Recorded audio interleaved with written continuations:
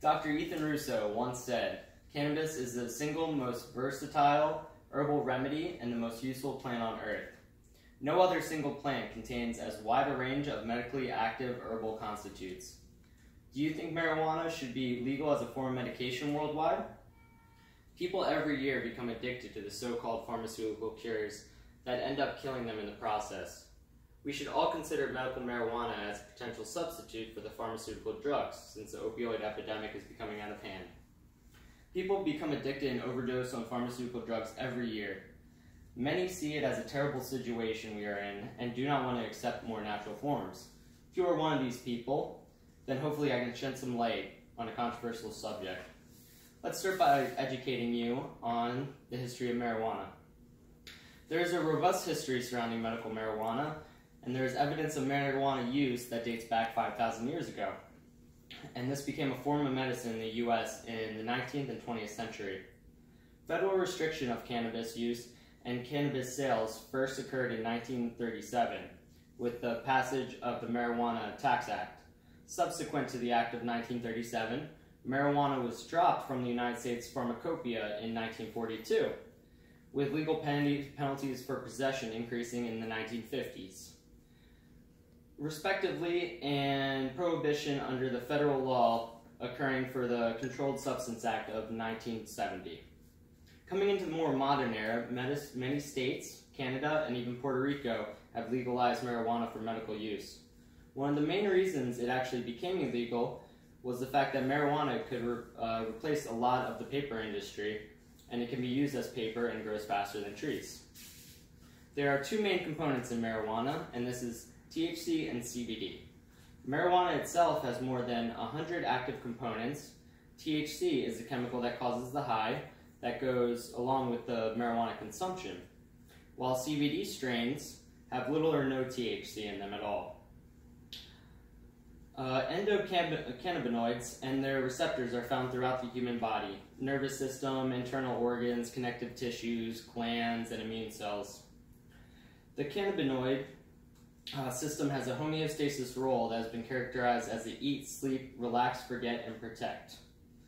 Medical marijuana helps from everything from migraines, cystic fibrosis, multiple sclerosis, schizophrenia, Parkinson's, and many other diseases that have a cannabinoid deficiency involved.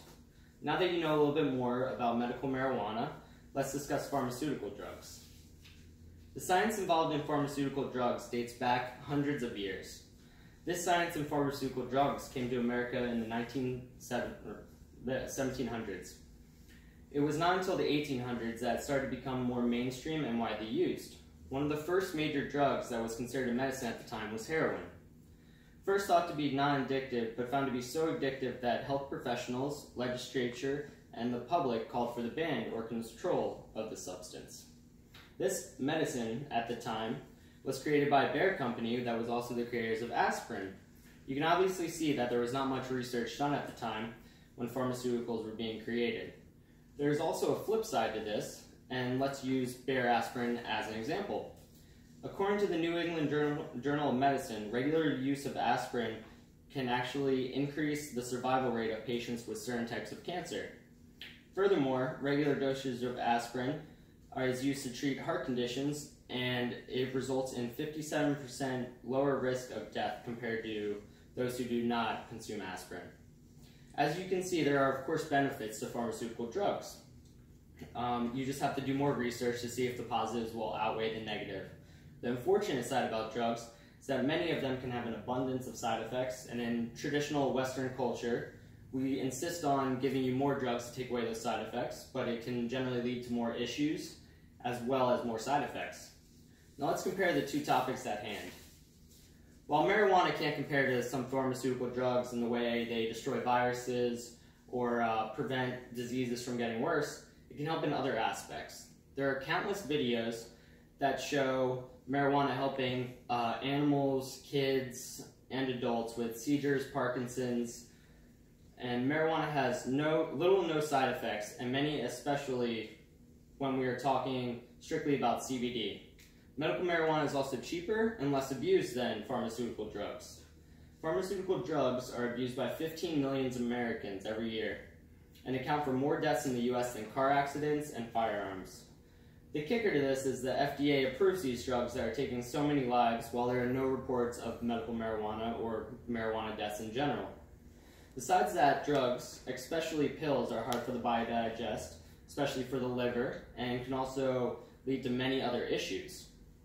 It seems very backwards that we insist on giving people highly addictive drugs legally while avoiding a plant that can help equally or, if not, better than pharmaceuticals.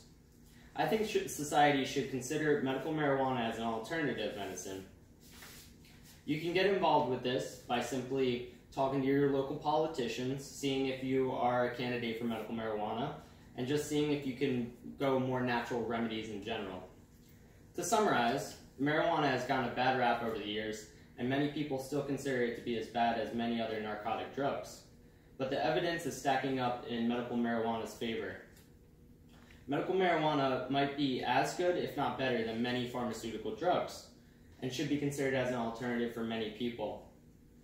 Like Dr. Ethan Russo once said, cannabis is the most versatile herbal remedy and the most useful plant on earth.